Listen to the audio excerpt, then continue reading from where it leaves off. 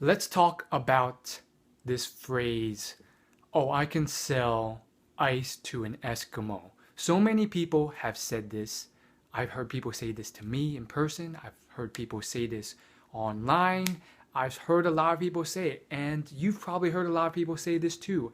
And basically, if you've never heard it, it's this phrase that pretty much means I'm really good at selling. I'm a great salesman. I can sell anything to anybody. That's basically what selling ice to an Eskimo means, because an Eskimo lives in the frigid cold and doesn't need ice because he's already cold. So it's supposedly a phrase that's meant to make you sound like you're really good at selling and you're so good. But in reality, I think this is far from the truth. I think it's contrary to reality. In fact, I think any good salesperson, any great salesperson, in fact, put away salesperson, any intelligent person, not even just an intelligent business person, although an intelligent business person would understand this too, but just an intelligent person in general would understand that why would you sell ice to an Eskimo? That's not a smart thing to do. And no one can really do that. Do you see anyone who can do that? And if they can, they can't do it consistently. Let me tell you that. If they could, they'd be up there selling ice to an Eskimo constantly every day. Now, why don't they do that? It's because you want to go where the money is. Why are you trying so hard to use manipulation and tactics and all this trickery to trick someone into buying something they don't need or want, that's not going to help them at all, when you can actually provide something of value? It's so much easier to sell that person. Rather than selling ice to an Eskimo, how about you sell a fur coat to an Eskimo? You don't even have to be a good salesperson at that point. They want the coat. The sell becomes easy. As Damon Johnson, I think his name is, from Shark Tank says, if you guys don't watch Shark Tank, it's this TV show, and he's a well-known, successful business guy behind the brand Fubu. He says the easiest thing to sell is the truth. So rather than all this trickery and lies and trying to scam people, which a lot of people for whatever reason they tend to do, they come up with some mediocre product, or they try and scam you with this crappy product. Rather than do that, why not just be ethical, sell something that will really impact them? And by doing that, you get all these added benefits. You don't have to do all this crazy stuff to get them to buy this thing. You don't have to sell hard. The sell is easy because you believe in your product. It helps them, and you can show that it helps them. Second off, you get all these added benefits when that product actually is as great as it seems, or even better. So for instance, they buy your product or coaching or service or whatever it is, and they get amazing results. They tell their friends. You have these testimonials which you can put up, which will get you more sales. And now you have word of mouth referral, which is the best type of referral.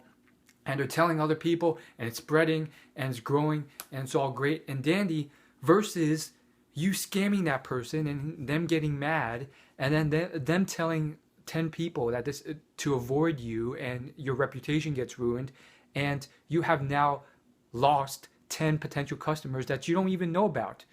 So there's a lot of negative repercussions behind the curtain to all this scamming stuff. Now, let's go back to the point.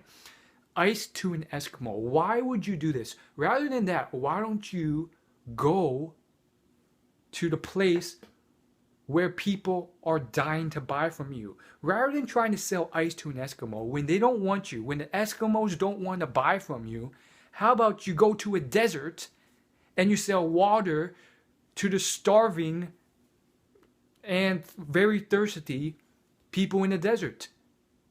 And guess what's going to happen? You don't have to sell hard. And if you can sell well and you're a great salesman, the sell becomes even easier. You sell more people at maybe a higher price, whatever it is. All this water, you make a tremendous profit. They want the water. They need the water. They're literally ripping money out of their pockets to pay for the water. The point is, think smart, not just, brute forcing things like a lot of people do. Think smart. How can you work smarter? How can you do things smarter?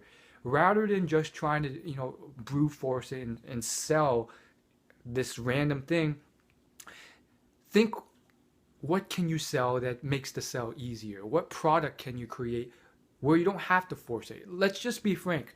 A lot of people come up with products and ideas and they spend half a year doing it and they borrow $500,000 to do it, and they also borrow their family and friends money for good measure, and they blow it all, and no one wants to buy this thing after they've created this thing because it's it's a piece of junk. Guess what happens? They've wasted time, they've wasted a ton of money, they're severely in debt.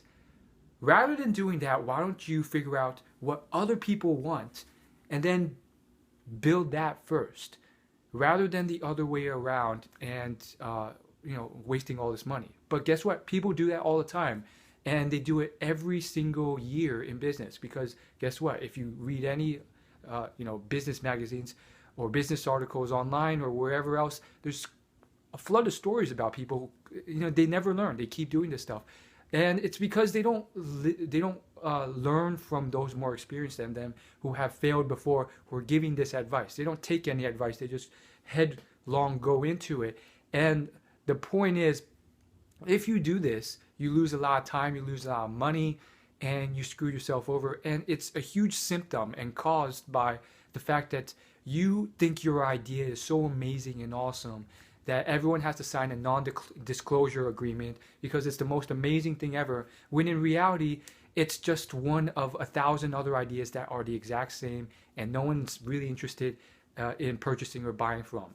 And there's thousands of examples of businesses who finally decided to listen to their customer, and that's how they transitioned to $1 billion business. Groupon's a great example. Another one, a more prominent one, is Instagram.